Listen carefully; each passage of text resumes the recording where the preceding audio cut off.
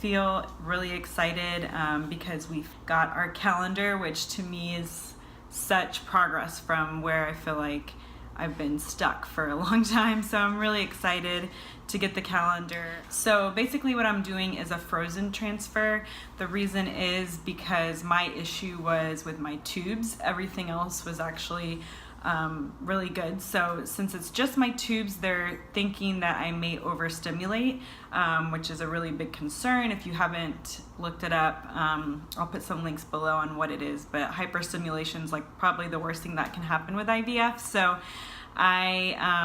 they suggested that I do a frozen transfer, and by they I mean I actually saw 2 IVF doctors and both of them said the same thing. So I feel really good and confident about that. And when I think about it, we're doing so much already with the retrieval process that it seems like not a very hospitable environment for an embryo. So I'm on board with doing a frozen transfer, even though it does mean I have to kind of like draw it out just a little bit. But since I was already planning for that, that's actually kind of no surprise for me. Those are my little pups in the back, by the way. But anyways, so I just wanted to update you guys on kind of where I'm at today and what the next month looks like. I'll show you the calendar.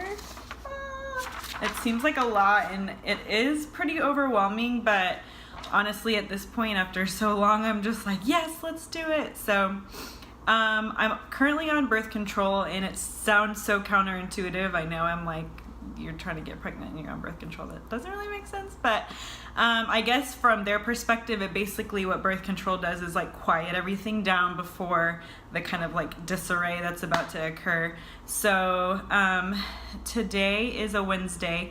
I just had to go in right before, I'm still doing like the final test before I actually do the stim start. And what she did was just put saline through my uterus, and just so she can look at my uterus and ovaries. And her words were beautiful, so that's like so exciting to hear when everything else has not been that way, it seems like, up until this point. So to hear that they're beautiful, I will take that.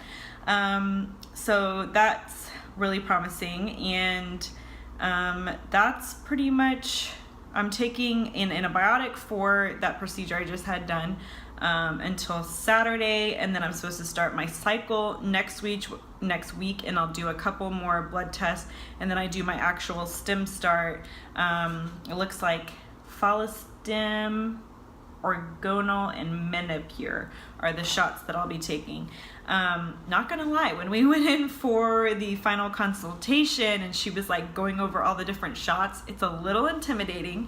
Actually, a lot intimidating. I don't think my husband was quite prepared for learning about all that stuff, and I don't think either of us really quite remember all the things that she showed us, but there's videos, so we can learn, because it is very important, as far from what I could gather, what she was saying about the time that you do it every day, and also where you actually do your shot. So I'll definitely be watching more videos and doing more research on that. So that is, and I'll do that for 1, 2, 3, 4, 5, 6, 7, 8, 9, 10, about 10 to 11 days, and then we'll do the trigger, and then 2 days after the trigger, which, to be honest, I'm not a doctor by any means. I'm just sharing my experience, by the way. But so that's gonna be 2 days before. I do know that happens right before the retrieval. So the retrieval is scheduled actually 3 weeks from today, which is like crazy. So yeah, that's pretty much where we're at. I feel honestly just excited right now, even though it is overwhelming. It's a lot, it's expensive, it's all of the above. It's still, to me, it's progress, and it's been just like so many years for my husband and I that it's just, I'm at this point, I'm just like, let's do it. Let's just like do this. So my doctor actually has certain times of the month where she schedules retrievals and transfers. So because of her schedule, my transfer is actually not going to be for another like month, almost 2 months after my retrieval. So they want like a whole month to go by where I have like a regular cycle, everything calms down, and then I'll start taking medication again before the actual transfer, which is scheduled for about 2 months from now, so, or 2.5 months. So yeah, that's pretty much it. I just wanted to kind of hop on and let you guys know where I was at and what was going on. I'll definitely be keeping you guys updated as soon as I get all my medication, so I can show you kind of like what you have to do, where you put it, where you put the shot and all that stuff, to let you know like it's not scary and all that stuff. So yeah, but if there's anything else that y'all have questions about or want to know, please feel free to ask. Again, I am not a doctor by any means whatsoever. I'm not here to give IVF advice. I'm just sharing my experience. Everyone's experience is different.